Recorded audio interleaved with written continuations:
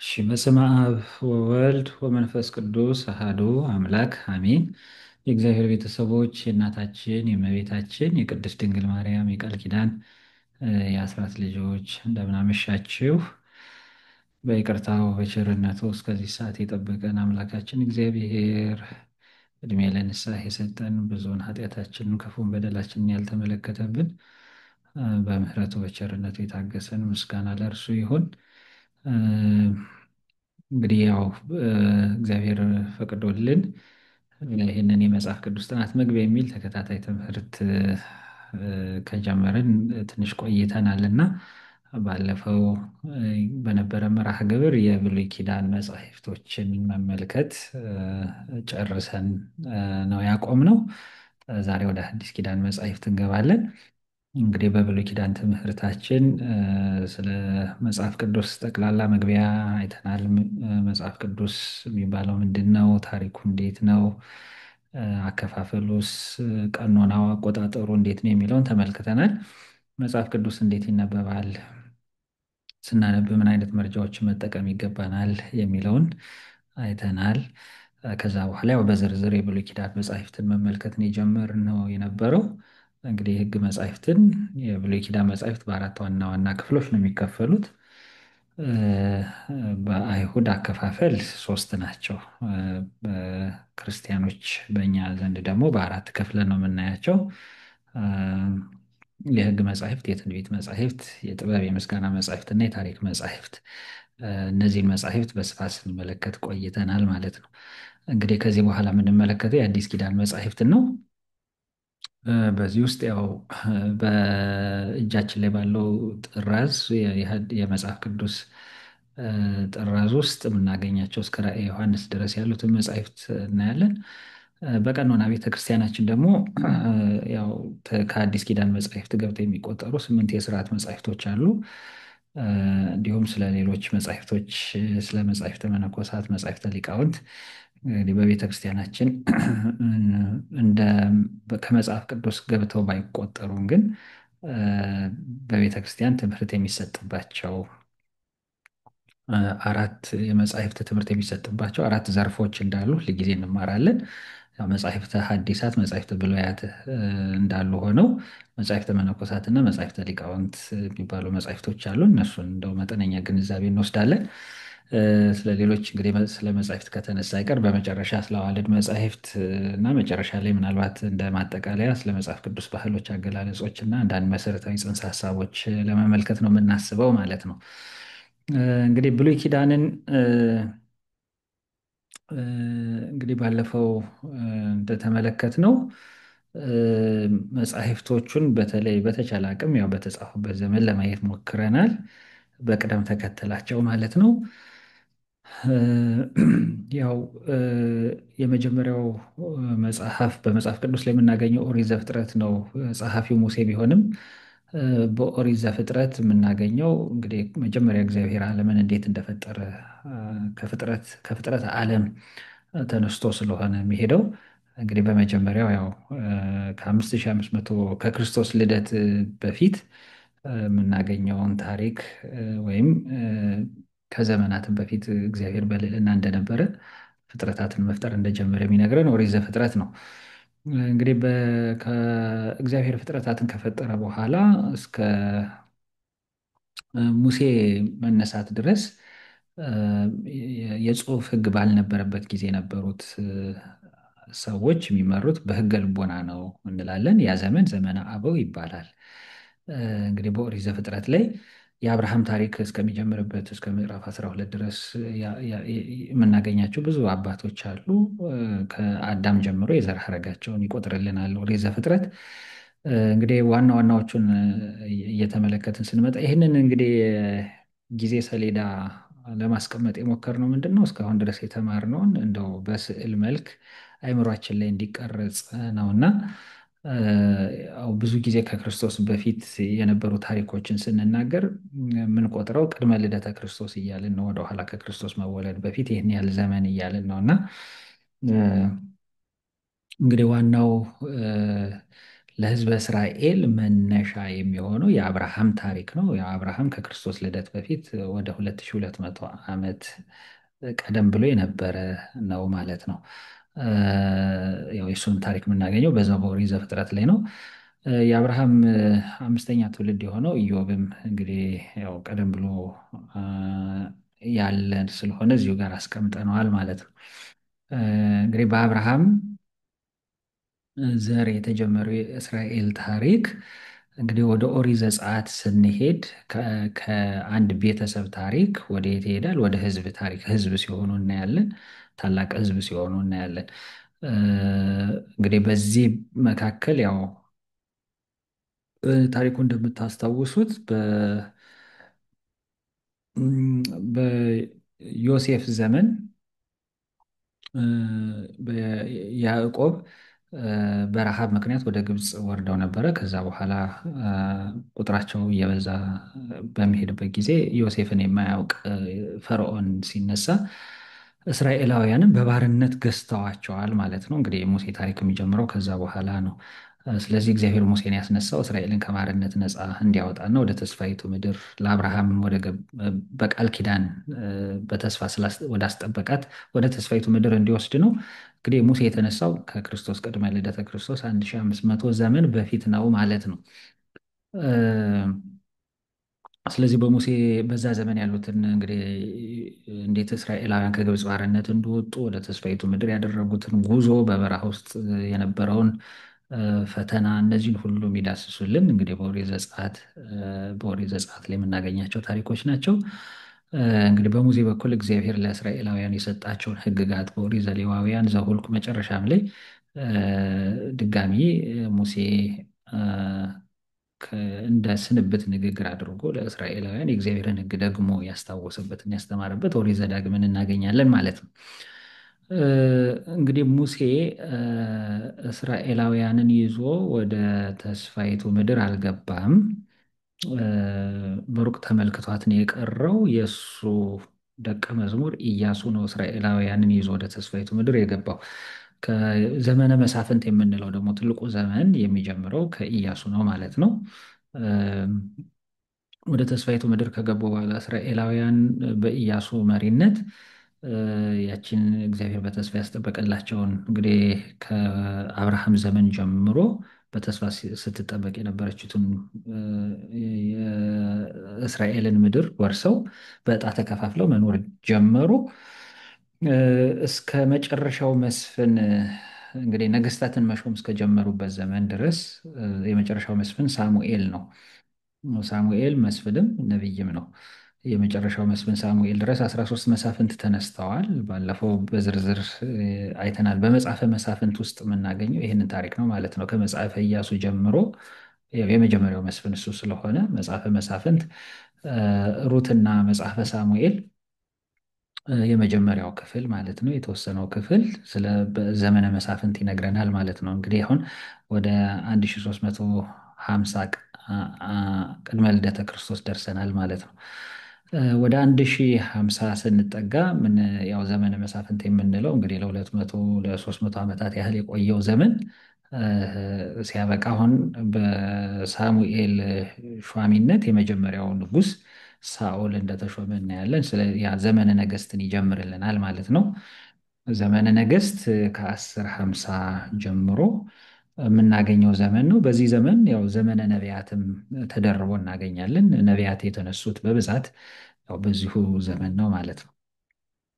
እንግዲህ ያው የመጀመሪያው ንጉሥ ሳኦል ዳዊትና ንጉሥ እስራኤልን አንድ አድርገው የገዙ ነገስታት ናቸው።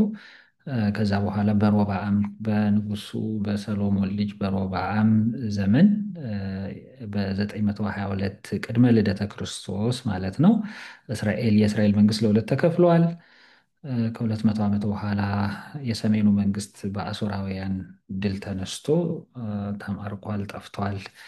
እንግዲህ እነዚህን ሁሉ ታሪኮች በመጽሐፈ ሳሙኤል፣ በመጽሐፈ ነገሥት፣ መጽሐፈ ዜና መዋዕል ስንመለከታቸው የነበሩ ታሪኮች ናቸው። አሁን ይሄ እንደ ማስታወሻ እንደ መሸጋገሪያ እንዲሆነን ነው እና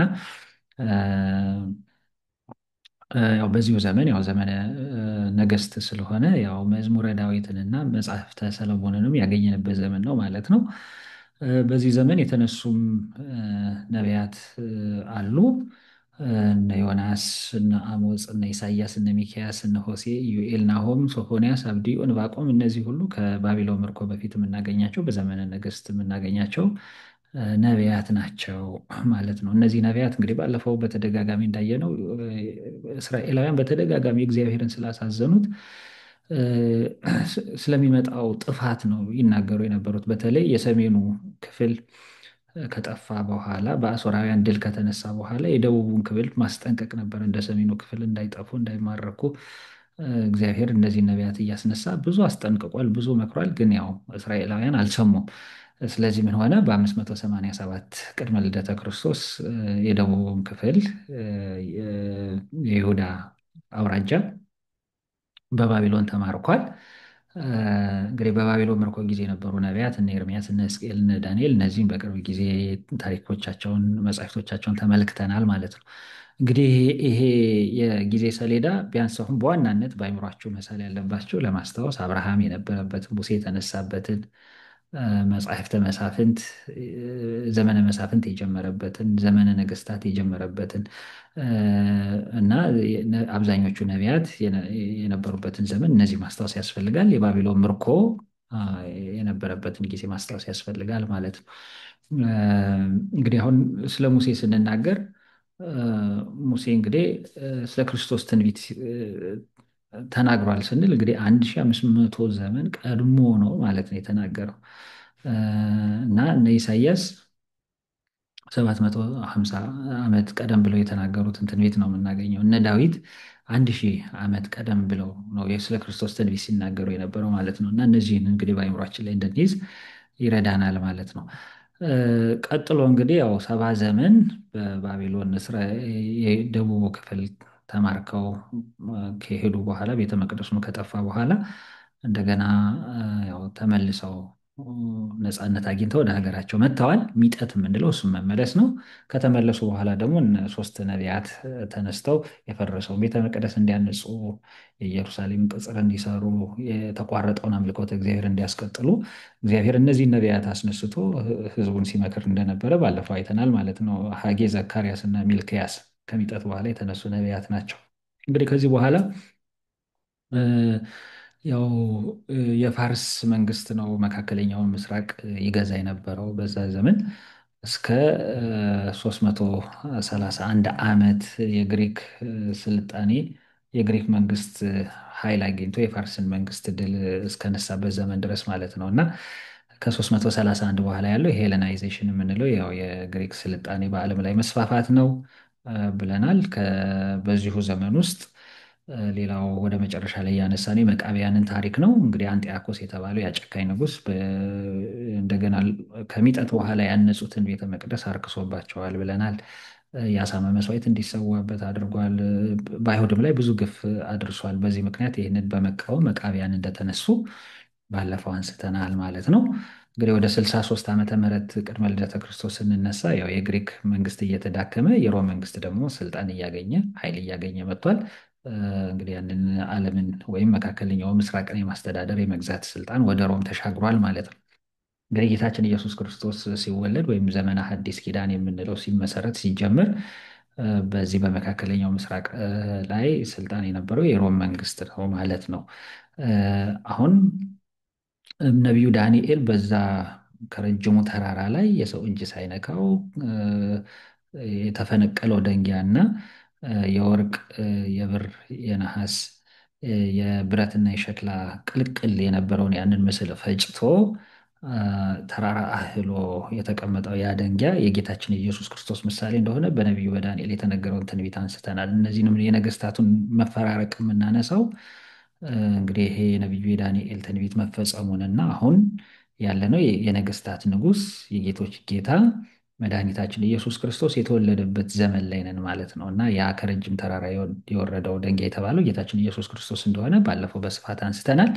እንግዲህ ከዛ በፊት የነበሩት የሮም፣ የግሪክ፣ የፋርስ፣ የሜዶን መንግስታት ናቸው። እንግዲህ በእነዚህ በማዕድናቱ የተመሰሉት ያ ታላቁ ምስልም እንግዲህ ለጌታችን ለኢየሱስ ክርስቶስ ቦታውን እንደለቀቀ የነገስታት ንጉሥ እሱ እንደሆነ የሚያሳይ ነው ማለት ነው። በዓለም ላይ ጌታችን ኢየሱስ ክርስቶስ መንግስተ ሰማያትን እንደመሰረተ የዘላለም መንግስቱን እንዳጸና የሚያሳየን ነበረ ብለናል። ስለዚህ አሁን ልክ እንግዲህ አንደኛው ዓመተ ምህረት ላይ ወይም ጌታችን ኢየሱስ ክርስቶስ የተወለደበት የመጀመሪያው ዓመት ላይ ነን ያለ ነው ማለት ነው። እንግዲህ ይሄ የጊዜ ሰሌዳ ቅድም እንዳልኩት አይምሯችን ላይ ትንሽ እንግዲህ ለረጅም ጊዜ ስለሆነ ይህንን ክፍል ስንመለከት የመጣ ነው። ቢያንስ አይምሯችን ላይ የመጣንበትን ሂደት እንዲያሳየን ዋና ዋናዎቹን ታሪኮች በጊዜ ሰሌዳ ላይ ለማስቀመጥ ነው። እንግዲህ ከዚህ በኋላ የምንቀጥለው ወደ ሐዲስ ኪዳን መጻሕፍት ነው ማለት ነው። መጀመሪያ የምናገኘው ያው ወንጌላቱን ስለሆነ ከወንጌላቱም የማቴዎስ ወንጌልን ዛሬ መመልከት እንጀምራለን። እንግዲህ ያው አሁን እየተሻገረ ነው ከብሉይ ኪዳን ወደ ሐዲስ ኪዳን። ብሉይ ኪዳን ጥላ ነው ብለናል። መጀመሪያም የተመለከትነው ጥላ ስለሆነ ነው። ብሉይ ኪዳን ትንቢት ነው ብለናል። መጀመሪያ ያየነው ትንቢት ስለሆነ ነው። ሐዲስ ኪዳን አካል ነው፣ ፍጻሜ ነው። የትንቢቱ ፍጻሜ ነው፣ የጥላው አካል ነው። በብሉይ ኪዳን የነበረውን ያንን 5500ውን ዘመን በቤተ ክርስቲያን ቋንቋ ምን ብለን ነው የምንጠራው? ዘመነ ፍዳ፣ ዓመተ ኩነኔ ተብሎ ይጠራል።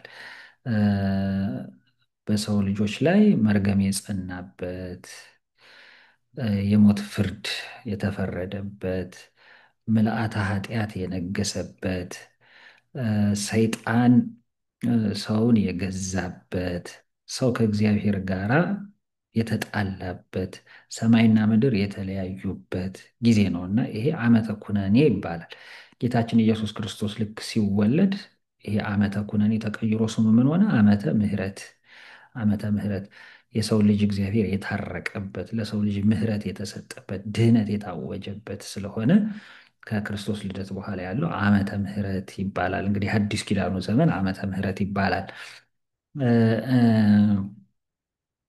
ስለዚህ ይሄ አንዱ እንግዲህ እነዚህ ሁለቱን ኪዳናት ባለፈውም ይሄንን ተመልክተናል። ብሉይ ኪዳንም ሐዲስ ኪዳንም ለክርስቲያኖች አክብረው የሚይዟቸው ሁለት ኪዳናት ናቸው፣ አስተባብረው የሚይዟቸው። እንግዲህ ሐዲስ ኪዳን ስለመጣ ብሉይ ኪዳንን አንተውም አንጥለውም። ለምን? በዛ በብሉይ ኪዳን ውስጥም የምናየው ክርስቶስን ነው ብለናል እና ይሄ የአይሁድ መጻሕፍቶች አይደሉም። ክርስቲያኖች እነዚህን የአይሁድ መጻሕፍት ተቀብለው የራሳቸው መጻሕፍት ያደረጉት በብሉይ ኪዳን መጻሕፍት ውስጥ ሲነገር የመጣው ክርስቶስ ስለሆነ ነው ብለናል እና ሁለቱን ኪዳናት ያገናኘ መካከለኛ ድልድዩ ክርስቶስ ነው። ስለዚህ ብሉይ ኪዳንን የምንረዳበት መነጽር ነገረ ክርስቶስ ነው ብለናል እና ሄርሜኔቲካል ፕሪንሲፕል ብለን ባለፈው ያነሳ ነው ማለት ነው። ይሄ ትርጓሜያትን የብሉይ ኪዳን መጻሕፍትን ትርጓሜ የምንረዳበት የምንመለከትበት ትልቁ ነገረ ክርስቶስ ነው ብለናል። እንግዲህ ይሄ ክርስቶስን የምናይበት ስለሆነ ነው። ባለፈው እንግዲህ እያንዳንዱ መጽሐፍት ስንመለከት ቢያንስ አንድ ወይም ሁለት ጥቅስ እያነሳን ክርስቶስ በዛ መጽሐፍ ውስጥ እንዴት እንደተገለጸ የጌታችን የመድኃኒታችን የኢየሱስ ክርስቶስ ነገር እንዴት እንደተገለጠ ስንመለከት የመጣ ነው። እንግዲህ አሁን ብሉይ ኪዳን ጥላ ነው፣ ሐዲስ ኪዳን አካል ነው። ብሉይ ኪዳን ትንቢት ነው፣ ሐዲስ ኪዳን ፍጻሜ ነው ስንል በብሉይ ኪዳን ያለው ሕግ ተሽሯል ማለት ግን አይደለም። ጌታችን ኢየሱስ ክርስቶስ የኦሪትን ሕግ ሊሽር እንዳልመጣ በማቴዎስ ወንጌል ምዕራፍ 5 ላይ ግልጽ አድርጎ ነግሮናል። ምንድን ነው ያደረገው ካልን የኦሪቱን ሕግ ፍጹም ሕግ አድርጎታል፣ አጽንቶታል እንጂ አልሻረውም። በብሉይ ኪዳን የሚቀርቡ የነበሩ መስዋዕቶች ልዩ ልዩ አይነት መስዋዕቶች ነበሩ። በብሉይ ኪዳን የክህነት አገልግሎትም ነበረ። አሁን ጌታችን ኢየሱስ ክርስቶስ ምንድን ነው ያደረገው? የብሉይ ኪዳኑን መስዋዕት በራሱ መስዋዕትነት ለውጦታል፣ ተክቶታል። በብሉይ ኪዳን የነበረውን ክህነትም በሊቀ ካህንነቱ ተክቶታል፣ ለውጦታል። ስለዚህ አሁን እንደ ብሉይ ኪዳኑ እንስሳትን አናርድም፣ የእንስሳትን ደም አናፈስም፣ የእንስሳትን ስብ አናጤስም። አሁን በአዲስ ኪዳን የምንሰዋው መስዋዕት ማን ነው? ክርስቶስ ነው። በብሉይ ኪዳን ያገለግሉ የነበሩ ካህናት ሊቃነ ካህናት ነበሩ። አሁን በሐዲስ ኪዳን መቅደስ ውስጥ የሚያገለግለው ዋናው ሊቀ ካህን ማን ነው? ክርስቶስ ራሱ ነው። ስለዚህ ጌታችን ኢየሱስ ክርስቶስ መስዋዕትም ካህንም መስዋዕት ተቀባይም ነው ብለን ባለፈው አንስተናል። በኦሪት ዘጸአት ምዕራፍ 24 ቁጥር 8 እና የሉቃስ ወንጌል ምዕራፍ 26 ቁጥር 28 ላይ ያለው ቃል የእነዚህን የሁለቱን ኪዳናት ትስስር ያሳየናል።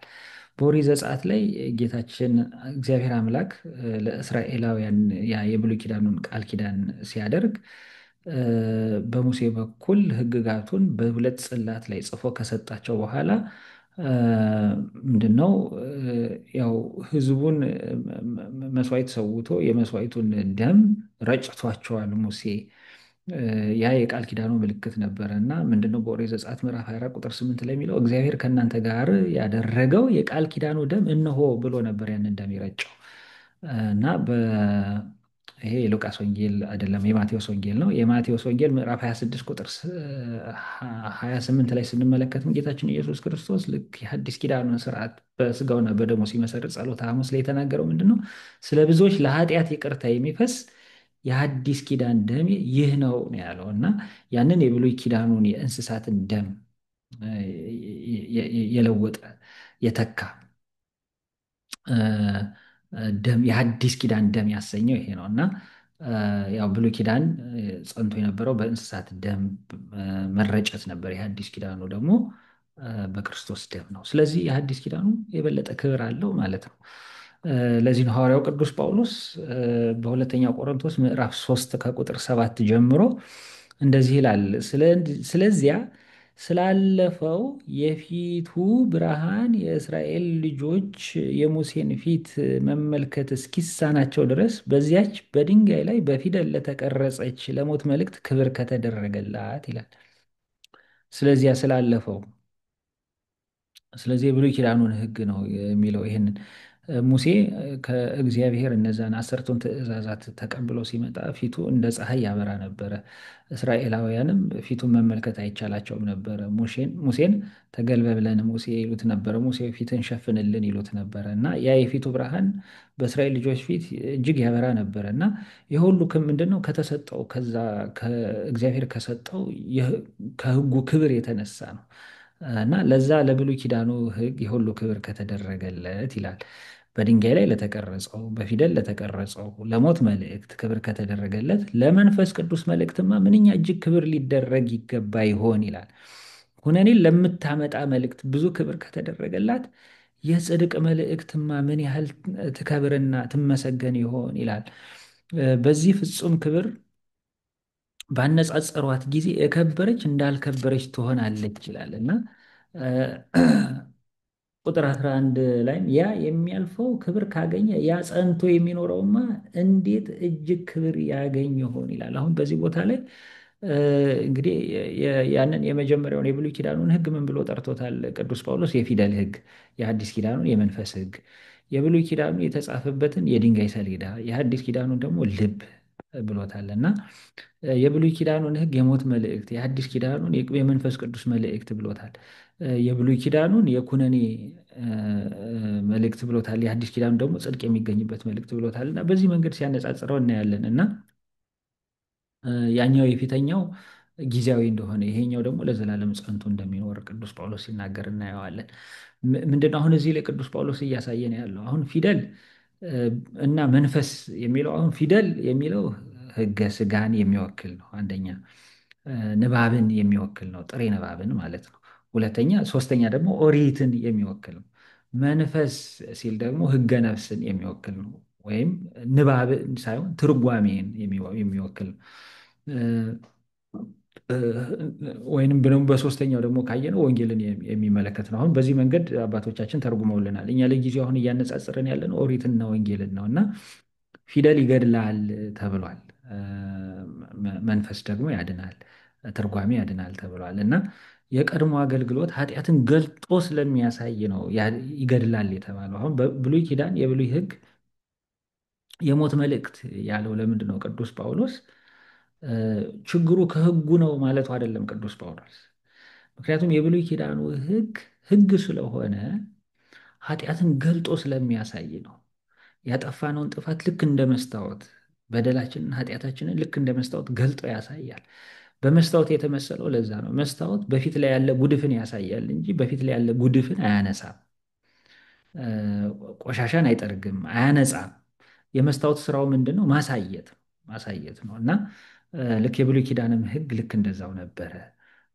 ኃጢአተኛነታችንን አለመታዘዛችንን ገልጦ አሳየ እንጂ በውስጡ ድህነት አልነበረበትም። ስለዚህ የሚገድል ሕግ የሞት መልእክት የተባለው ለዛ ነው። ከሕጉ አይደለም ችግሩ። አሁንም እኛ ካለመታዘዛችን የተነሳ ነው እና ሕግ ብቻም ስለሆነ በውስጡ ድህነት ስለሌለበት ኃጢአታችንን ገልጦ ስለሚያሳይ ነው በዚህ መንገድ የተገለጸው። የሐዲስ ኪዳኑን ግን ምን አለው ቅዱስ ጳውሎስ? መንፈስ ግን ፊደል ይገድላል አለ፣ መንፈስ ግን ሕያው ያደርጋል አለ እና የሐዲስ ኪዳኑ አገልግሎት ከኃጢአት መዳኛው ምን እንደሆነ ይሰብካል፣ ሕይወትንም ያድላል። አሁን ከዛ ከመስታወት አሁን ይለያል ማለት ነው። ኃጢአተኛነታችን በደለኛነታችን ብቻ ገልጦ አይነግረንም። መዳኛው ምን እንደሆነም ያሳየናል። መዳኛው የክርስቶስ ስጋና ደም እንደሆነ ይነግረናል። መዳኛው ምስጢራት በክርስቶስ የተመሰረቱልን ምስጢራት እንደሆኑ ይነግረናል። ስለዚህ አሁን የሐዲስ ኪዳኑ ሕግ ምን አለበት? በውስጡ ሕይወት አለበት። ምንጸድቅበትን ስራ ገልጦ ያሳየናል። ለዚህ ነው አሁን ይበልጣል የተባለው እና ክብሩም ከፍ ይላል የተባለው ለዛ ነው። እና ቅዱስ አምብሮስ የተባለው አባት ምን አለ? ሐዋርያው ጳውሎስ ፊደል ይገድላል፣ መንፈስ ግን ሕይወትን ይሰጣል ብሏል። የጽሑፉ ሕግ የአካል ክፍል እንዲገዘር ያዛል። አሁን ምሳሌ ያመጣልናል። በብሉይ ኪዳን የነበረው ሕግ ለምሳሌ ወንድ በተወለደ በስምንተኛው ቀን የስጋ ሸለፈቱን እንዲገረዝ ያዛል አይደለ? መንፈስ ግን ይላል ነፍስና ስጋን ይጠብቃል። ስጋዊው ግዝረት ምሳሌ ነበረ፣ መንፈሳዊው መገረዝ ግን አማናዊ ወይም እውነተኛ ነው ይላል። የቀድሞ አካልን ይቆርጣል፣ የኋላው ግን ኃጢአትን ያስወግዳል ይላል። አሁን ይሄ አዲስ ኪዳኑ ሕይወት ይገኝበታል የተባለው ያ የብሉይ ኪዳኑ ምልክት ብቻ ስለሆነ የስጋ ሸለፈትን ብቻ ይቆርጥ ነበረ፣ ያስወግድ ነበረ። ይሄኛው ግን የሐዲስ ኪዳኑ ምንድን ነው? ኃጢአትን ሁሉ የሚያስወግድ ነው ማለት ነው። ቅዱስ ዮሐንስ አፈወርቅም ምንድን ነው ያለን? ይህንን ፊደል ይገድላል የሚለውን ትርጉሙን ይበልጥ በግልጥ ለማብራራት ሕግ ኃጢአትን ቢገልጣትም ኃጢአትን ግን አላመጣም። ስለዚህ የጽድቅ አገልግሎት በክብር እጅጉን ይልቃል ይላል። እነዚያ ሁለቱ የሕግ ጽላቶች በእውነት ኃጢአተኞችን ሳይሆን ኃጢአተኞችን ኃጢአታቸውን ገልጠው እንዲቀጡ አድርገዋቸው ነበር ይላል። እንግዲህ አሁን የሞት መልእክት የተባለበትን ሲተረጉም እነዚህ ሁለቱ የሕግ ጽላቶች የፊደል ሕግ ያለው ቅዱስ ጳውሎስ የድንጋይ ሰሌዳ ላይ የተጻፈው ያለው ሕግ ምን ያደርጋል? ለዚህ ነው አሁን የዝሙትን ኃጢአት ለምሳሌ ገልጦ ይናገራል አይደለም? እና በዝሙት የተገኙ ሰዎች ምን የሆኑ ነበረ? በድንጋይ ተወግረው ይገደሉ ነበረ። ስለዚህ ኃጢአተኞችን ኃጢአታቸውን ገልጠው በማሳየት እነዛ ሕግጋት እንዲቀጡ ያደርጓቸው ነበር። ለዚህ ነው የሞት መልእክት የተባሉት። ነገር ግን የጽድቁ አገልግሎት ግን ኃጢአተኞችን አለመቅጣት ብቻ ሳይሆን ጻድቃንም አደረጋቸው ይላል። አሁን በአዲስ ኪዳን የተሰጠው የወንጌል ሕግ ግን እንደው አለመቀጣት ብቻ አይደለም እኮ። ምን አደረገን? ኃጢአተኞች ምን አደረጋቸው? ጻድቃን አደረጋቸው። ርኩሳንን ቅዱሳን አደረጋቸው። በጥምቀት ያገኘነው ደስታ ይህ ነው ይላል ቅዱስ ዮሐንስ አፈወርቅ። አሁን ለምሳሌ ስንጠመቅ በጥንተ አብሶ በግል ሕይወታችንም የሰራነው ኃጢአት ሁሉ ምን ይሆናል? ይፋቃል። ስለዚህ አሁን ይሄ የአዲስ ኪዳኑ ሕግ ምን አለበት? ድህነት አለበት፣ ሕይወት አለበት። ኃጢአታችንን ብቻ እንዲሁ ዝም ብሎ እንደ ብሉይ ኪዳኑ ሕግ ገልጦ የሚነግረን አይደለም። ኃጢአታችንን የሚያስወግድ ነው ማለት ነው። ለዚህ ነው መንፈስ የተባለው። ስለዚህ በመንፈሳዊ መንገድ በመንፈስ ቅዱስ አሰራር በውስጥ ያለውን በኃጢአት ምክንያት የሚመጣውን ጉስቁልና ፍርድ ሁሉ ስለሚያስወግድልን ነው ማለት ነው። እንግዲህ ያው የብሉይ ኪዳኑ የሞት መልእክት ተብሏል እንዳነሳ ነው። ኃጢአትን ቆጥራ ሞትን ስለምታስፈርድ የሞት መልእክት ተብላለች ኦሪት። ሐዲስ ኪዳን ደግሞ ያው የጽድቅ መልእክት ተብላለች። ስለዚህ በዚህ መንገድ አሁን ቅዱስ ጳውሎስ ብሉይና ሐዲስን ሲያነጻጽርልን እናያለን። አሁን እየገባን ያለ ነው ወደዚህ እንግዲህ ወደ ሐዲሱ ሕግ ነው ማለት ነው እና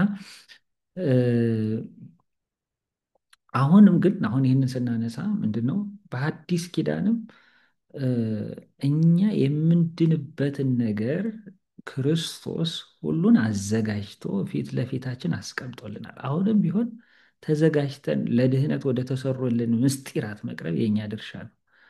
አለዚያማ ያለ ፈቃዳችን በግድ አዳነን ያስብላል። ስለዚህ ጌታችን ኢየሱስ ክርስቶስ አሁን በመስቀል ላይ ተሰቅሎ ደሙን ለዓለም ሁሉ አፍሷል። ይሄ ኃጢአት የሚወገድበት የሐዲስ ኪዳን ደሜ ነው፣ እንኩ ጠጡ ብሎ ጋብዟል። አሁን ለተወሰነ ወገን ለተወሰነ ሕዝብ አይደለም ይሄ ድህነት የተሰጠው ለዓለም ሁሉ ነው። መድኃኔ ዓለም ነው ክርስቶስ፣ የዓለም መድኃኒት ነው። ስለዚህ የምንድንበትን ነገር ሁሉ ለሁላችንም በፊት ለፊታችን አስቀምጦልናል፣ ጋብዞናል። አሁን ወደዛ ወደ ድህነት ወደሚያደርሱት ምስጢራት ምን መሆን ያስፈልጋል? መቅረብ ያስፈልጋል ማለት ነው። ከኃጢአታችን ንስሐ ብንገባ አሁን ኃጢአታችን ፍጹም የሚደመሰስና ከእግዚአብሔር ጋር የምንታረቅ እንሆናለን። ምስጢረ ንስሐ ስጋውና ደግሞ ብንቀበል ከኃጢአታችን ፍጹም ታጥበን ልክ ይሄ በራእየ ዮሐንስ ላይ ቅዱስ ዮሐንስ እንዳያቸው ልብሳቸውን በበጉ ደም አጥበዋል እንደተባሉት ከክርስቶስ ዙፋን ስር የምንቆም እንሆናለን። ኃጢአታችን በደላችን ሁሉ በምን ሆነው በክርስቶስ ደም ታጥቦ ማለት ነው። ልብሳችን ነጽቶ ዘንባባ ይዘን ከክርስቶስ ጋር እንድንቆም ያደርገናል ማለት ነው።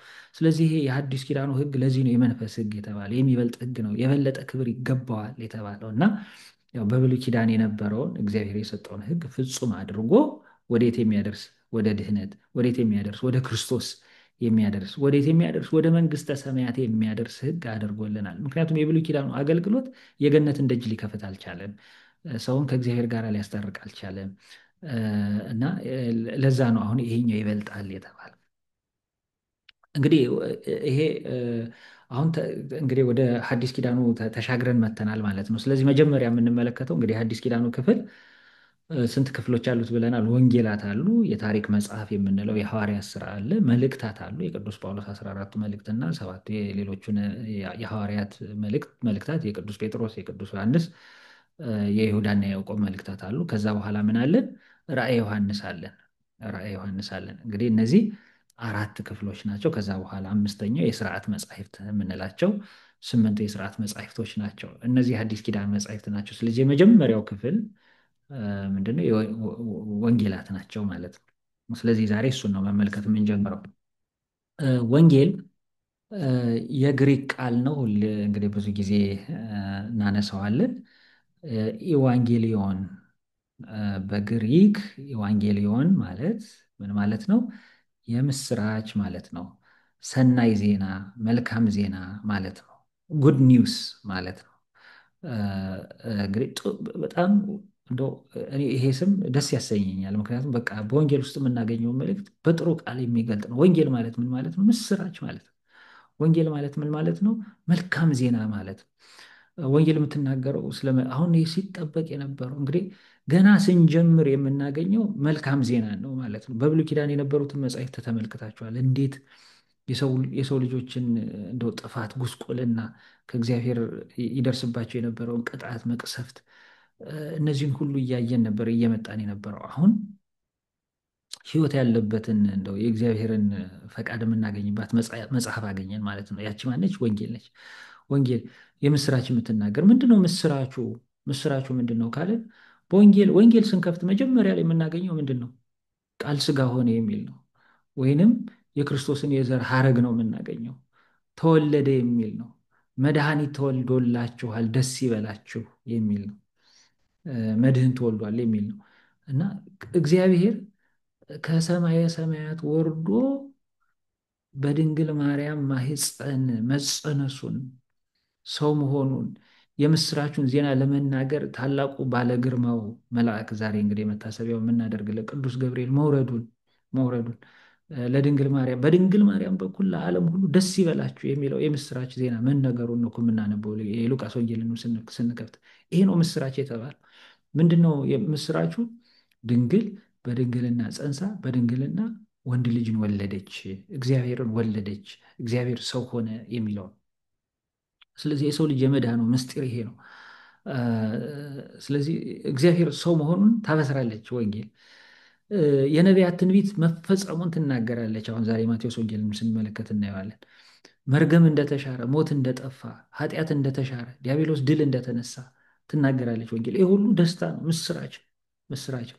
ሰው እንደ ዳነ ትናገራለች። በቃ ትልቁ እንግዲህ ይህ ሁሉ እግዚአብሔር በየዘመኑ ያደረገው ጉዞ ሁሉ ምን ለማድረግ ነው ካለን ሰውን ለማዳን። ለምን? ሰውን ስለሚወድ። አዳም ከበደለ በኋላ በበደሉ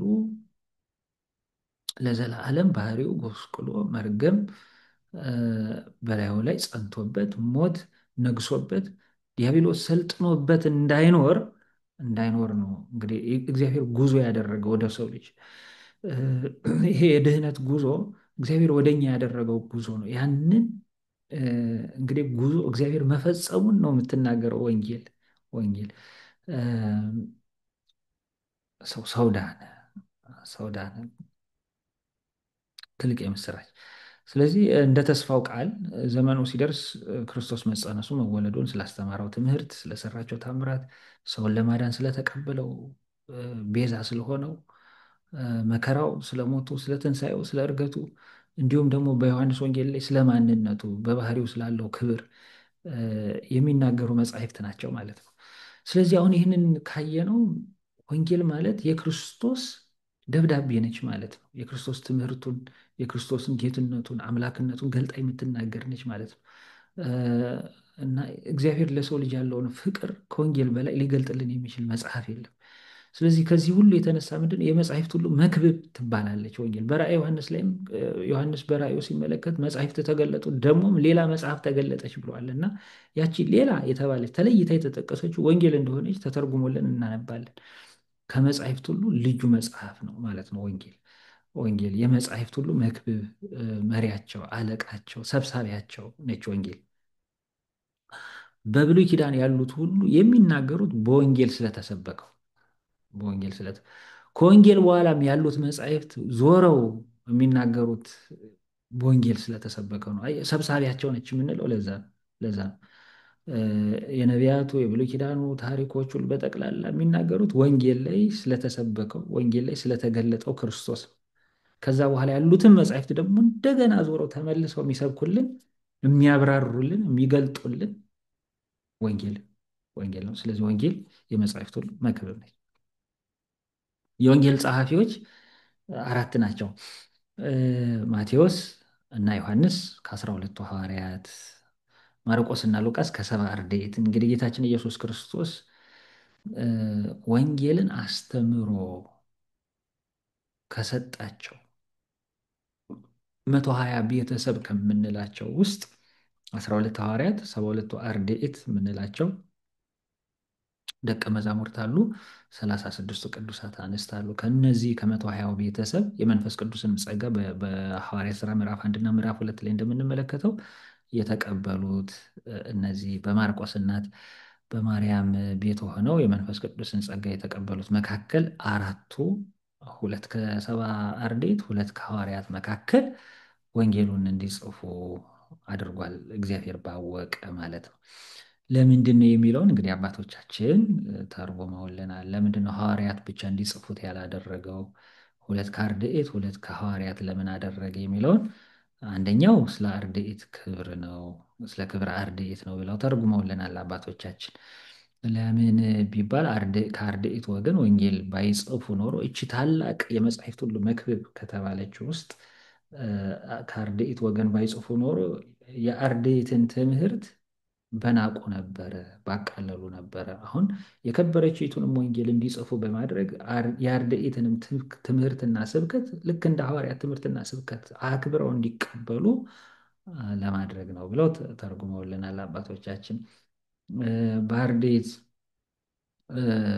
ደግሞ ብቻ ብትጻፍ ኖሮ ወንጌልን ያቃልሏት ነበረ። ስለ ክብረ ወንጌል ነው። ለምን ምስጢረ ተአምራትን መለኮታዊ ክብሩን በደብረ ታቦር ምስጢረ ቁርባንን፣ ምስጢረ ክህነትን እነዚህን ሁሉ ለይቶ የገለጠላቸው ለሐዋርያት ነው። ስለዚህ ዋናዋ ትምህርት ደገኛይቱ ትምህርት ክርስቶስ ለደቀ መዛሙርቱ ያስተማራት ዋናዋ ትምህርትማ በልበ ሐዋርያት ነው ያለችው ብለው እንግዲህ ወንጌልን እንዳያቃልሉ ሁለት ከሐዋርያት ሁለት ከአርድእት አድርጎ ክብረ ወንጌልን ከክብረ አርድእት ጋር አስተባብሮ ጌታችን ኢየሱስ ክርስቶስ እሱ ባወቀ በዚህ መንገድ በሁለት ሐዋርያት በሁለት ሰባ አርድእት እንዲጻፍ አድርጓል ብለው የእኛ መምህራን ሊቃውንት ተርጉመው አስቀምጠዋል ማለት ነው። እንግዲህ አራቱ ወንጌላውያን የአራቱ ኪሩቤል ምሳሌዎች ናቸው። እንግዲህ ለምን አራት ቁጥራቸው ለምን አራት ሆነ የሚለውንም የእኛ መተርጉመን ብዙ ትንታኔ ሰጥተዋል። ብዙ አራት ነገሮችን በዚህ በትርጓሜ ወንጌል መግቢያው ላይ ታገኙታላችሁ። ያው እሱን ሁሉ በመተንተን ያው ጊዜ አንወስድም። ቢያንስ ሁለት ሶስት ነገሮችን እናነሳለን። እ፣ አንደኛ የአራቱ ኪሩቤል ምሳሌዎች ናቸው።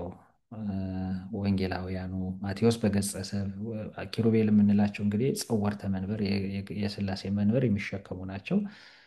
አራት አይነት ገጽ አላቸው። የሰው መልክ ያለው ገጸ ሰብ ያለው አለ። እሱ የማቴዎስ ምሳሌ ነው። እንግዲህ ማቴዎስም በአይኮኖግራፊ በኢትዮጵያን አይኮኖግራፊ በኢትዮጵያ የስዕል አሳሳል ከጎኑ የሰው መልክ ያለው ኪሩብ መልአክ አብሮ ይሳላል። የገጸ ሰብ ያለው የኪሩብ ምሳሌ ነው ማለት ነው። ለምን ማቴዎስ የዘር ሐረጉን በመናገር ነው የሚጀምረው። ወንጌሉ ሲጀምር ወልደ አብርሃም ወልደ ዳዊት መሆኑን ምድራዊ ልደቱን በመናገር ስለሚጀምር በሰው እ፣ ምሳሌ እ፣ በሰው ገጽ ያለው ኪሩቤል የእሱ ምሳሌ ነው። ማርቆስ በገጸ አንበሳ ይመሰላል። እንግዲህ ምድረ በዳ በምትሆን በግብፅ ስላስተማረ ነው። ግብፅ እ፣ እግዚአብሔር ብዙ መልእክተኞችን ልኳል በብሉይ ኪዳንም ግን አልተመለሰችም። በተለይ በጣም በጣዖት አምልኮ የምትታወቅ እ፣ ሀገር ነች። ስለዚህ ከትምህርት ምድረ በዳ በምትሆን በግብፅ እ፣ ባስተማረ ጊዜ ምዕመናን ስለተገሰጹ፣ አጋንንት መናፍቃን ስለደነገጡ በገጸ አንበሳ ይመሰላል። ምክንያቱም አንበሳ የሚኖረው በምድረ በዳ ነው። ድምፁን ባሰማ ጊዜ እ፣ እንስሳቱ አራዊቱ ሁሉ ይደነግጣሉ። እንግዲህ በእንስሳት የተመሰሉት ምዕመናን ናቸው። ምዕመናን በማርቆስ ትምህርት እንደተገሰጹ፣ አጋንንት መናፍቃን በማርቆስ ትምህርት እንደደነገጡ ምሳሌ ነው ብለው አባቶቻችን ተርጉመዋል። አንድም በዚህ ከክርስቶስ ልደት በፊት ዛሬ የክርስትና ማዕከል አሁን መቼስ ከእስልምናው በፊት የክርስትና ማዕከል ከመሆኗ በፊት በብሉይ ኪዳን አምልኮተ ጣዖት የነገሰባት ነበረች ግብፅ። በተለይ አምልኮተ ላህም የሚመለክባት በላም ምስል ጣዖት ሰርተው የሚያመልኩባት ሀገር ነበረች። ላምን አንበሳ ይሰብረዋል። ስለዚህ ማርቆስም በአንበሳ የተመሰለው ወደ ግብፅ ገብቶ ስለ ክርስቶስ ሰብኮ አስተምሮ አምልኮተ ላህምን ስላጠፋ ነው ብለው አባቶቻችን ተርጉመዋል። ሉቃስ በላህም ይመሰላል ገጸ ላህም ባለው። የሉቃስ ወንጌል ምዕራፍ 15 ላይ ለዛ ለጠፋው ልጅ የሰባውን ላም አምጡና ረዱለት ብሎ ስለተናገረ ያንን መነሻ አድርገው በዚህ መስለውታል። ዮሐንስ በገጸ ንስር ይመሰላል። ንስር ሲያሻው በእግሩ ይሽከረከራል መሬት ላይ፣ ደግሞ ሲያሻው ደግሞ በክንፎቹ ነጥቆ ወደ ላይ ከፍ ብሎ ይበራል። ዮሐንስም ልክ እንደዛው ነው። እንደ ሌሎቹ ወንጌላውያን ዝቅ ብሎ በምድር ላይ ጌታችን ኢየሱስ ክርስቶስ የሰራውን ነገር ይናገራል። ደግሞም ደግሞ ከፍ ብሎ ከሌሎቹ ወንጌላውያንም ለየት ባለ ሁኔታ ቀዳማዊነቱን የባህሪ ክብሩን ከአብ ጋር ያለውን እሪና በጣም ያው ምስጢረ ሥጋዌ ምስጢረ ሥላሴን በጣም በስፋት ዘርዝሮ የሚናገር ነው ዮሐንስ። እና ከዚህ የተነሳ ያው የዮሐንስ ወንጌል ከሌሎቹ ወንጌላውያን ሲኖፕቲክስ ከምንላቸው ከነዚህ ከሶስት ወንጌላውያን በጣም የተለየ ነው በይዘቱ። ስለዚህ ዮሐንስ ስብከት ነው የምንለው ለዛ ነው። የሌሎቹ የወንጌላውያን ዜና ነው። ዜና የሆነውን የተደረገውን ነገር መናገር ነው። በቅዳሴም ላይ ይህንን በቅዳሴ ትምህርታችንም ላይ አንስተነዋል። ካህኑ ወንጌል ቅዱስ ሲል በዜማ ለማቴዎስ፣ ለማርቆስ፣ ለሉቃስ ዘዜነወ ይላል። ዘዜነወ ማቴዎስ፣ ዘዜነወ ማርቆስ፣ ዘዜነወ ሉቃስ ይላል። የዮሐንስ ወንጌል የሚነበብበት ቀን ላይ ግን ዘሰበከ ይላል። የዮሐንስን ስብከት ነው የምንለው። ስብከት ያልተገለጠን ነገር መግለጥ ነው። ምስጢርን መስበክ ነው፣ መናገር ነው። ዜና ግን የሆነውን የተፈጸመውን ነገር መናገር ነው እና ማቴዎስ፣ ማርቆስ፣ ሉቃስ ያው ጌታችን ያደረገውን ታምራት የሰራውን ስራ ያስተማረውን ትምህርት ነው በስፋት የሚናገሩት። ዮሐንስ ግን ገና ሲጀምር ቀዳሚው ቃል ብሎ ነው የሚጀምረው እና የጌታን ቀዳማዊነት ስለሚናገር ምስጢረ ሥጋዌ ምስጢረ ሥላሴን ስለሚናገር በዚህ ተመስሏል ማለት ነው። ሌላው በአራቱ አፍላጋትም ይመሰላሉ። ለዚህ ነው እንግዲህ ገነትን ዙረው የሚያጠጡ አራት ወንዞች አሉ። ኤፌሶን፣ ጊዮን፣ ጤግሮስ እና ኤፍራጥስ። እነዚህ የሚመነጩት ከዕፀ ሕይወት ስር ነው። ከአንድ የዕፀ ሕይወት ስር ይመነጩና አራቱም ዙረው ገነትን ዙረው በገነት ውስጥ ያሉትን እጽዋቱን ያጠጣሉ። እጽዋቱን ከይብሰት ማለት ከመድረቅ ወደ ልምላሜ፣ ከልምላሜ ወደ ጽጌ፣ ጽጌ ማለት አበባ ነው። ከጽጌ ወደ ፍሬ ያደርሷቸዋል።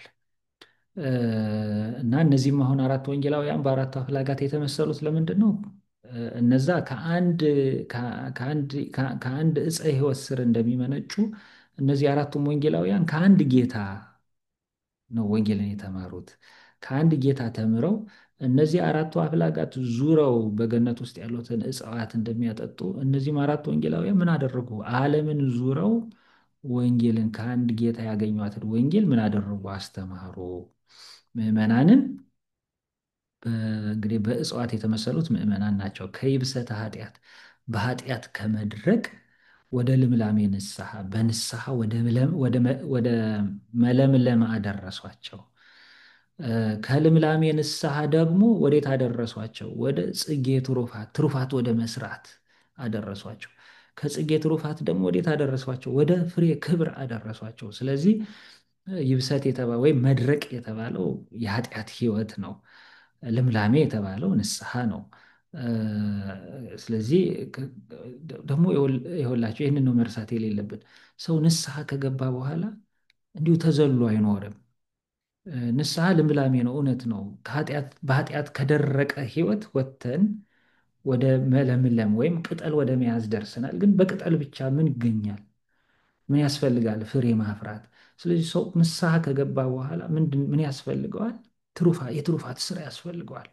ቀድሞ በኃጢአት ሕይወቱ ያሳዘነውን እግዚአብሔርን አሁን ደግሞ የትሩፋት ስራ በመስራት በጎ በመስራት እግዚአብሔርን ደስ ሊያሰኙ ይገባል።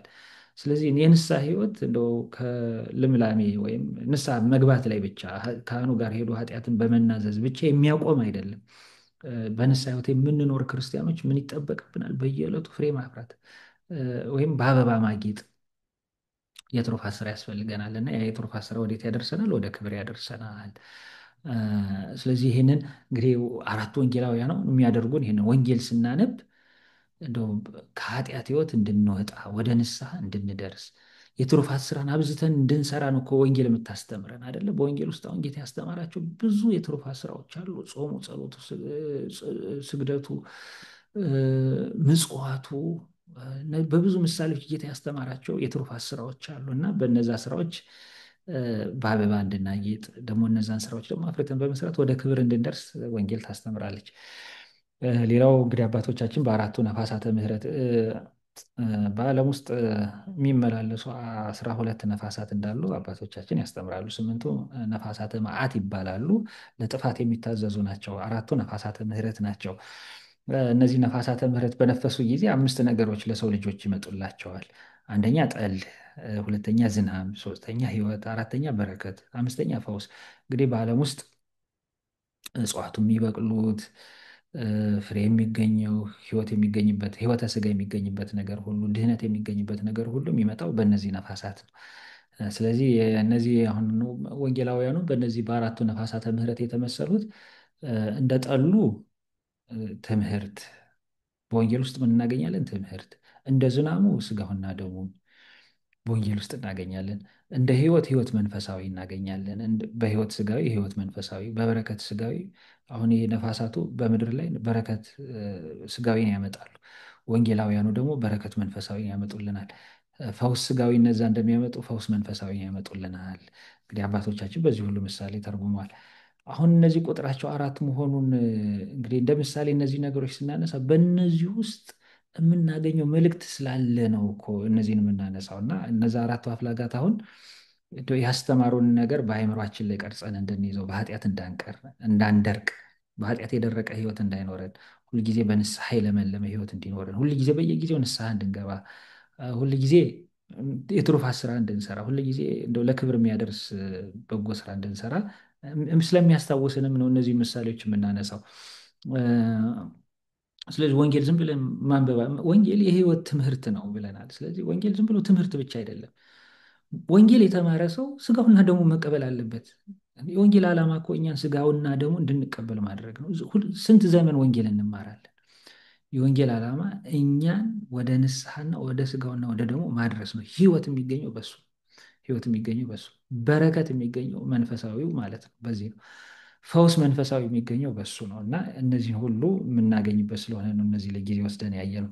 ሌላው ያው አራት ወንጌላውያን አራቱን ማዕዘነ ዓለም የሚወክሉ ናቸው። እነዚህ እንግዲህ አ፣ አራት ወንጌላውያን ወንጌል በአራቱም ማዕዘን ለመሰበኩ ምሳሌ ነው ማለት ነው። እንደ መግቢያ ነው እነዚህን እያየን ያለ ነው። እንግዲህ ከዚህ ቀጥለን የማቴዎስ ወንጌልን ባጭሩ እንመለከታለን ማለት ነው። እ፣ የማቴዎስ ወንጌል እ፣ እንግዲህ ከአራት ወንጌላውያን አንዱ እ፣ ማቴዎስ የጻፈው ነው። ከ12ቱ ሐዋርያት መካከል ነው። የተጻፈበት ዘመን የእኛ ሊቃውንት ጌታ ባረገ በ8 ዓመት ነው ይላሉ። እንግዲህ በ41 ዓመት ዓመተ ምህረት አካባቢ ማለት ነው። ቀላውዲዮስ ቄሳር በነገሰ በመጀመሪያው ዓመት ብለዋል። እንግዲህ እንደኛ ሊቃውንት ያው የመጀመሪያው ወንጌል የማቴዎስ ወንጌል ነው። ግን ብዙዎቹ በውጭ ያሉ መምህራን የሚስማሙት ግን የመጀመሪያው ወንጌል የተጻፈው ወንጌል የማርቆስ ወንጌል ነው። ማቴዎስ ሁለተኛ ወንጌል ነው። የማቴዎስ ወንጌል በ58 ዓመተ ምህረት አካባቢ የተጻፈ ነው የሚል ነው። እንግዲህ ማቴዎስ እ፣ እንዲሁም ያው አንዳንድ መምህራንም አጥኞችም እንዲሁም ከዚህ ከ58ም በጣም አልፎ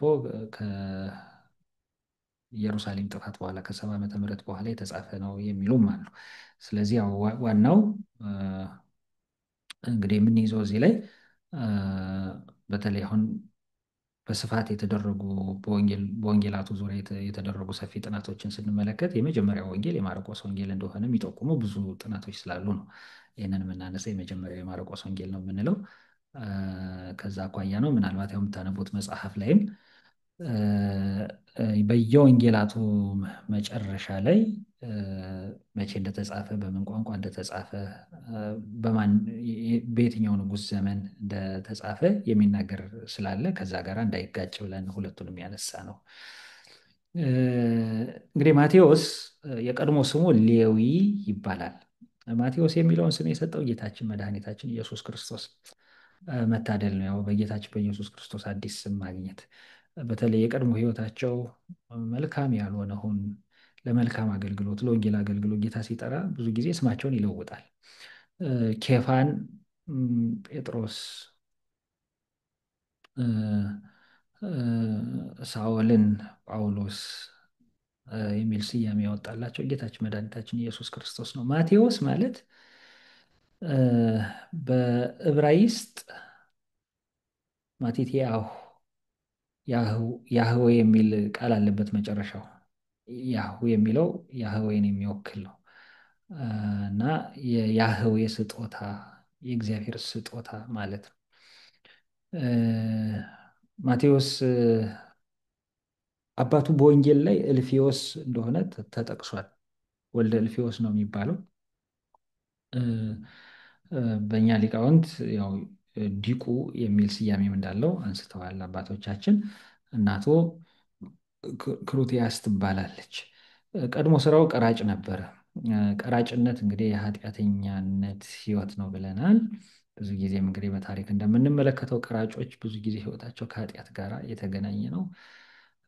ከሚገባው በላይ ቀረጥ እየወሰዱ ለራሳቸው ገንዘብ የሚሰበስቡ ናቸው። በህዝቡም ዘንድ የተጠሉ ናቸው። ከራሳቸው ወገን እየቀረጡ በዛ ዘመን በቀኝ ለምትገዛው ለሮም መንግስት ቀረጥ የሚሰበስቡ ሰዎች ስለሆኑ ማለት ነው። እና ያው ማቴዎስ ቀረጥ የሚሰበስበው በዚህ በገሊላ ክፍል ነው።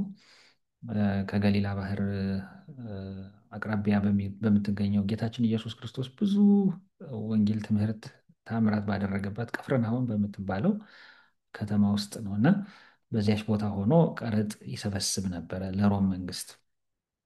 በዚሁ ቦታ ላይ እያለ ቀረጥ እየሰበሰበ ነው ጌታችን መጥቶ ተከተለኝ ብሎ የጠራው። ይችን ቃል ነው ጌታ የነገረው።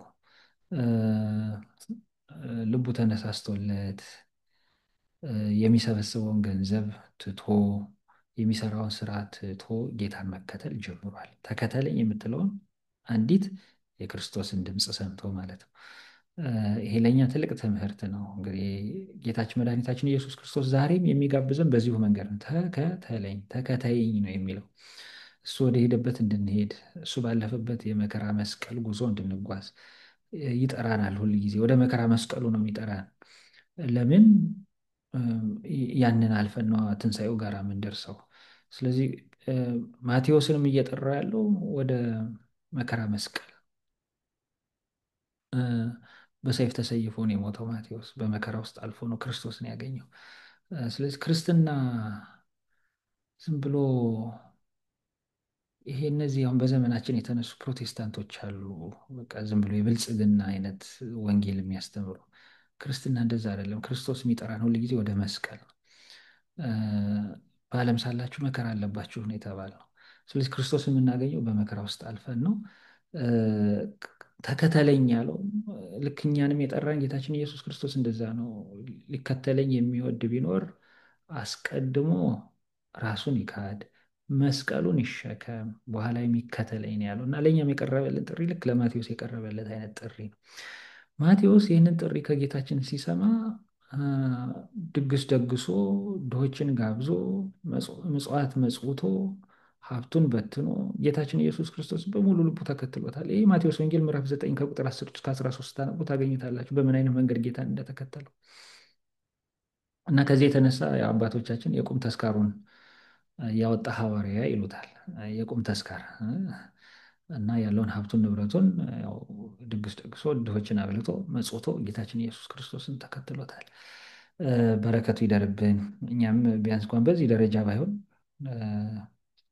በአቅማችን ክርስቶስ እንድንከተል ተከተሉኝ ለሚለው ድምፁ ምላሽ እንድንሰጥ እንደው የእሱን ያህል ባይሆን እንደው በጥቂቱ እንኳን እንድንታመን አምላካችን እግዚአብሔር ይርዳን። ማቴዎስ በፍልስጤም፣ በፋርስ፣ በባቢሎን፣ ኢትዮጵያም ወኛም ሀገራችን መጥቶ የባረከ ወንጌል ያስተማረ ሐዋርያ ነው። አረቢያን እነዚህን ቦታዎች ተዘዋውሮ ወንጌል ሰብኳል። ወንጌሉ በዋናነት የተጻፈው ለአይሁድ ነው። የማቴዎስ ወንጌልን አንዱ ልዩ የሚያደርገው በጣም በተደጋጋሚ የብሉይ ኪዳን መጻሕፍት ተጠቅሰውበታል። በእያንዳንዱ ነገር በተለይ ዋና ዋና ነገሮችን ማቴዎስ ከብሉይ ኪዳን ጠቅሶ እንዲህ ተብሎ የተጻፈው ትንቢት ተፈጽሟል፣ እንዲህ ተብሎ ስለተጻፈ እያለ ከብሉይ ኪዳን እየጠቀሰ አስተምሯል። እንግዲህ በ28 ምዕራፎች ውስጥ ከ150 በላይ የብሉይ ኪዳን ጥቅሶችን ይዟል ማለት ነው እና ዓላማው ምንድን ነበረ ካልን ያው የጻፈውን ለአይሁድ ስለሆነ አይሁድ ከሚያውቋቸው መጻሕፍት እየጠቀሰ ክርስቶስ ጌታችን መድኃኒታችን ኢየሱስ ይመጣል ተብሎ በነቢያት ተስፋ የተደረገው ክርስቶስ መሆኑን መስበክ ስለሆነ ነው። ብዙ የብሉይ ኪዳን መጻሕፍት ተጠቅሶበታል። ከሌሎቹ ወንጌላት አንዱ ልዩ የሚያደርገው ይሄ ነው። ወንጌሉ የተጻፈበትን ቋንቋ በተመለከተ እንግዲህ በእኛ ሊቃውንት በዕብራይስጥ እንደሆነ ይታመናል። ብዙ ሌሎችም ሊቃውንት በዚሁ ቢስማሙ አሉ። አብዛኛዎቹ እንግዲህ ጥንታውያን ቅጆች የሚገኙት እንግዲህ በእኛ ዘመን ያሉት ጥንታውያን ቅጆች የሚገኙት ያው በግሪክ ነው። አብዛኞቹ የአዲስ ኪዳን መጻሕፍትም የተጻፉት በግሪክ ነው። የግሪክ ስልጣኔ ያው ጌታችን መድኃኒታችን ኢየሱስ ክርስቶስ የመጣበት ዘመን በእርግጥ የሚገዙት ሮማውያን ቢሆኑ ይሄ ሄሌናይዜሽን ያልነው ይሄ የግሪክ ስልጣኔ ቋንቋ በዓለም ላይ ተንሰራፍቶ የነበረበት ዘመን ነው። ሮማውያን ገና መግዛት ከጀመሩ 60 ዓመታቸው ነው እና በላቲን ቋንቋ አይደለም፣ በሮማውያን ቋንቋ አይደለም የአዲስ ኪዳን መጻሕፍት የተጻፉት በግሪክ ቋንቋ ነው። አብዛኛው በዓለም ላይ የነበረው ሕዝብ የሚናገረው የግሪክ ቋንቋን ስለሆነ ስለዚህ ብዙዎቹ ቅጂዎች ያሉት በግሪክ ነው። ግን ያው መጽሐፉን በዋናው ቋንቋ የሚያጠኑት ሰዎች እንደሚያሳዩት በቋንቋ ውስጥ አይሁዳዊ ወይም የዕብራውያንን ዘይቤ የተከተሉ አገላለጾች፣ ይዘቶች በጣም በብዛት ይገኙበታል እና ከዚህ የተነሳ ያው ሙሉ እንኳን ባይሆን አብዛኛው ክፍል በዕብራውያን ቋንቋ እንደተጻፈ ጠቋሚ ነው ማለት ነው እና በተለይ ፓፒያስ የተባለው የሁለተኛው መቶ ክፍለ ዘመን ጸሐፊ ክርስቲያን ጸሐፊ ነው። ምን ብሎ አስቀምጧል? ጌታችን ኢየሱስ ክርስቶስ ያስተማራቸውን ትምህርቶች ማቴዎስ መጀመሪያ የጻፈው ይሄ ቃል በቃል ጌታ የተናገራቸውን ትምህርቶች ማለት ነው።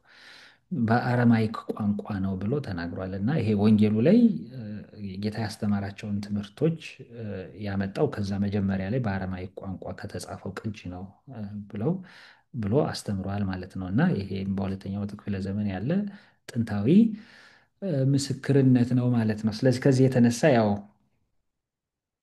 በዕብራይስጥ ቋንቋ በአይሁድ ቋንቋ የተጻፈ ይዘት አለው። ግን ጥንታውያኑ ቅጆቹ በተለይ መጽሐፍ ቅዱስን የተረጎሙልን የቤተ ክርስቲያን ሊቃውንት እነ ቅዱስ ዮሐንስ አፈወርቅ፣ ሌሎቹም እንግዲህ በሶስተኛው በአራተኛው መቶ ክፍለ ዘመን የነበሩት በእርግጥ ያነቡት የነበረው የዕብራይስጡን ቅጂ አይደለም፣ የግሪኩን ቅጂ ነው። ለዚህ ነው አሁን የግሪኩ ቅጂ ዋና ቅጂ ነው የምንለው። ሊቃውንተ ቤተክርስቲያንም ያን ጊዜ ያነቡትና የተረጉሙበት የነበረው መጽሐፍ የግሪኩን ቅጂ ስለሆነ ነው። እና እንግዲህ በምዕራፍም ከሌሎቹ ወንጌላት ያው ብዙ ምዕራፎች አሉት። የማቴዎስ ወንጌል ነው 28 ምዕራፎች አሉት፣ 1068 ቁጥሮች አሉት። ከነዚህ ውስጥ ወደ 60 በመቶ የሚሆነው 644ቱ ቁጥሮች የጌታችን ትምህርቶች ቀጥታ የተነገሩ ከክርስቶስ አንደበት የወጡትን ትምህርቶቹን አስፍሯል ማለት ነው። እንግዲህ ይህንን ስንመለከት በወንጌል ውስጥ ታሪክ ከመተረክ ይልቅ በአብዛኛው እንግዲህ ማቴዎስ ትኩረት ያደረገው የጌታን ትምህርት እንዳለ ማስቀመጥ ላይ ነው ማለት ነው። እነዚህን ትምህርቶች ነው ፓፒያስ በአረማይክ ቋንቋ ተጽፏል ያለው። እንግዲህ አረማይክ ስንል እስራኤላውያን ጌታ ሰው በሆነበት ዘመን ይናገሩበት የነበረው ቋንቋ የመግባቢያ ቋንቋ ነው። እና ባለፈውም ትንሽ ታሪኩን ስንመለከት አይተን ነበር። ብዙ ጊዜ ከተሰደዱ ምርኮ ከጸናባቸው በኋላ አይሁድ ያው ዕብራይስጡን መናገር ትተዋል ብለናል። እና ያው የሚነጋገሩበት ቋንቋ ዕብራይስጡ ቋንቋ በቤተ መቅደስ ውስጥ እና ለአምልኮትና ይሄ ለመጻሕፍት ንባብ ብቻ ተወስኖ ቀርቷል። ዋናው መግባቢያቸው አረማይክ ሆኗል ብለን ነበረ። እና ጌታም ወንጌልን ያስተማረው በአረማይክ ቋንቋ ነው። ስለዚህ በዚህ መንገድ ማቴዎስ ወንጌሉን በዚህ መንገድ ጽፎታል። የተጻፈበት ምክንያት ቅድም እንዳልነው አይሁድ በክርስቶስ አምላክነት እንዲያምኑ ማድረግ ነው። ኢየሱስ ክርስቶስ ነው። ኢየሱስ ነቢያት ትንቢት የተናገሩለት አባቶቻችን በሱባኤ የጠበቁት ይመጣል የተባለው መሲህ ነው የሚለውን አይሁድ እንዲያምኑ ማድረግ ነው። የተጻፈው ለአይሁዳውያን ነው፣ ቅድም እንዳነሳ ነው። ስለዚህ ያለ አባት ከቅድስት ድንግል ማርያም በድንግልና መወለዱን ሰፋ አድርጎ ማቴዎስ ሲጽፍልን የምናገኘው ለዚህ ነው። በትምህርቶች ውስጥ ኦሪትን ሊሽር ሳይሆን ፍጹም ሊያደርግ እንደመጣ በተራራው ስብከቱ ላይ ጌታችን ያስተማረውን ትምህርት የሚጽፍላቸው ለዛ ነው። በብሉይ ኪዳን የተነገሩ ትንቢቶች፣ የተመሰሉ ምሳሌዎችን፣ የተቆጠረው ሱባዔ በክርስቶስ እንደተፈጸመ በጣም ደጋግሞ ቅድም እንዳልነው ከ150 በላይ ጊዜ በላይ ደጋግሞ ሲናገር የምናየው ለዛ ነው። አይሁድ በክርስቶስ አምላክነት እንዲያምኑ በእጆቻቸው ይዘው ሁል ጊዜ ከሚያነቧቸው በየምኩራቦቻቸው ሲተረጎሙ ከሚሰሟቸው መጻሕፍት እየጠቀሰ ክርስቶስ መሆኑን ኢየሱስ ክርስቶስ መሆኑን መሲህ መሆኑን ማስተማር ነው እንግዲህ የወንጌሉ ዓላማ። ያው ይዘቱ ባጭሩ ለመመልከት እንግዲህ የመጀመሪያዎቹ 2 ምዕራፎች ስለ ጌታ የትውልድ ሐረግ የሚናገሩ ናቸው። ልደቱን ይናገራል። ስደቱን ወደ ግብፅ መሰደዱን ይናገራል። ከምዕራፍ 3 እስከ ምዕራፍ 7 ይሄ የጌታችን የኢየሱስ ክርስቶስ ቀዳሚ ስብከትን የሚያሳይ ነው። ስለ መንግስተ ሰማያት ቀርባለች ንስሐ ግቡ የሚለውን የጌታችን የዮሐንስን ስብከት እናገኝበታለን። በስፋትም ቅድም እንዳልነው አሁን ማቴዎስ ጌታችን ያስተማረውን ትምህርት ሰፋ አድርጎ ትኩረት ሰጥቶ በዝርዝር ያስቀምጣል ብለናል። አሁን የተራራው ስብከት የምንለው የአንድ ቀን ጉባኤ ትምህርት ነው። በ3 ምዕራፎች ነው ማቴዎስ ያስቀመጠው። እነዛ 3ቱ ምዕራፎች ሙሉ ለሙሉ ጌታችን ኢየሱስ ክርስቶስ የተናገረው ትምህርት ነው፣ ያስተማረው ትምህርት ነው። እና በመጀመሪያውና በመጨረሻው ጉባኤ ላይ ጌታችን ኢየሱስ ክርስቶስ ያስተማራቸውን ትምህርቶች ሙሉ ለሙሉ ቅዱስ ማቴዎስ ጽፎልን። ይሄ ሙሉ ለሙሉ ስንል እንግዲህ በዛ የተሰጠውን ትምህርት በዕለቱ የተሰጠውን ትምህርት ማለታችን አይደለም። ሰፊ ምዕራፎች ሰጥቶ የትምህርቱን ይዘት እንዳለ ነው ሰፋ አድርጎ አስቀምጦልናል ማለት ነው። እና ስለዚህ ቀዳሚውን ስብከት እናገኛለን። ያንን ስብከት ጨርሶ ከተራራው ላይ ሲወርድ በገሊላ አውራጃ እየተመላለሰ ስላስተማረው ትምህርት፣ ስለሰራው ተአምራት ከምዕራፍ 8 እስከ ምዕራፍ 11 ድረስ እናገኛለን። ከምዕራፍ 11 እስከ 13 ድረስ የአይሁድን ተቃውሞ እና ጌታችን ኢየሱስ ክርስቶስ ለዛ የሰጠውን ትምህርት እናገኛለን። ከምዕራፍ 14 እስከ 18 የክርስቶስ ጌትነት በልዩ ልዩ መንገድ መገለጹን ሰዎች ማን ይሉኛል ብሎ መጠየቁን በማቴዎስ 17 ላይ በደብረ ታቦር ክብሩን መግለጡን እንደዚህ እንደዚህ ያሉት የጌታችን የኢየሱስ ክርስቶስን አምላክነት ጌትነት የሚገልጡ እ፣ ታሪኮችን እናገኝበታለን ማለት ነው። ከምዕራፍ 19 በኋላ እንግዲህ ወደ መከራ መስቀሉ ጌታችን ኢየሱስ ክርስቶስ ያደረገውን ጉዞ ነው የምናየው። ጌታ በኢየሩሳሌም በመጨረሻው ሳምንት እንግዲህ ሰሙነ ሕማማት ላይ የምናነባቸው ክፍሎች በአብዛኛው በዚህ ክፍል ውስጥ ያሉ ናቸው። በኢየሩሳሌም አሁን እዚህም ላይ ካያችሁ አሁን ብዙዎቹ ምዕራፎች ጌታችን ኢየሱስ ክርስቶስ በመጨረሻዋ ሳምንት ያደረጋቸውንና ያስተማራቸውን ትምህርቶች ነው። ያቺ አሁን ዕለተ ማክሰኞ የትምህርት ቀን ላይ የምንላት በሰሙነ ሕማማት ማክሰኞ ዕለት ጌታችን ኢየሱስ ክርስቶስ ሲያስተምር የዋለባት የመጨረሻውን ጉባኤ ያስተማረበት የመጨረሻውን ስብከት የሰበከበት ቀን ነች። ያችንም አሁን ሰፋ አድርጎ ማቴዎስ ጽፎልን ዘርዝሮ ጽፎልን እናገኘዋለን እና በሶስት በአራት ምዕራፎች ጽፎልን እናገኘዋለን። ከዛ በኋላ እንግዲህ ከምዕራፍ 26 እስከ 28 ድረስ መከራ መስቀሉን ስለ ሁላችን የተቀበለውን ሕማማት ሞቱንና ትንሣኤውን ነው ማቴዎስ የሚናገረው ማለት ነው። እና የማቴዎስ ወንጌል በዚህ መንገድ የተቀመጠ ነው ማለት ነው። ለዛሬ እዚሁ ላይ ይበቃናል። እንግዲህ ከማርቆስ ወንጌል ጀምሮ ሌሎቹን ወንጌላት እና ቀጣዮቹን ክፍሎች ደግሞ እግዚአብሔር በረዳን መጠን በሚቀጥለው ጊዜ እንማራለን። ይህንን ሰዓት ይህንን ጊዜ ባርኮ ቀድሶ የሰጠን አምላካችን እግዚአብሔር ምስጋና ለእርሱ ይሁን። የሐዋርያው ቅዱስ ማቴዎስ ረድኤት በረከት በሁላችንም ላይ ይደርብን። ወስብሐት ለእግዚአብሔር።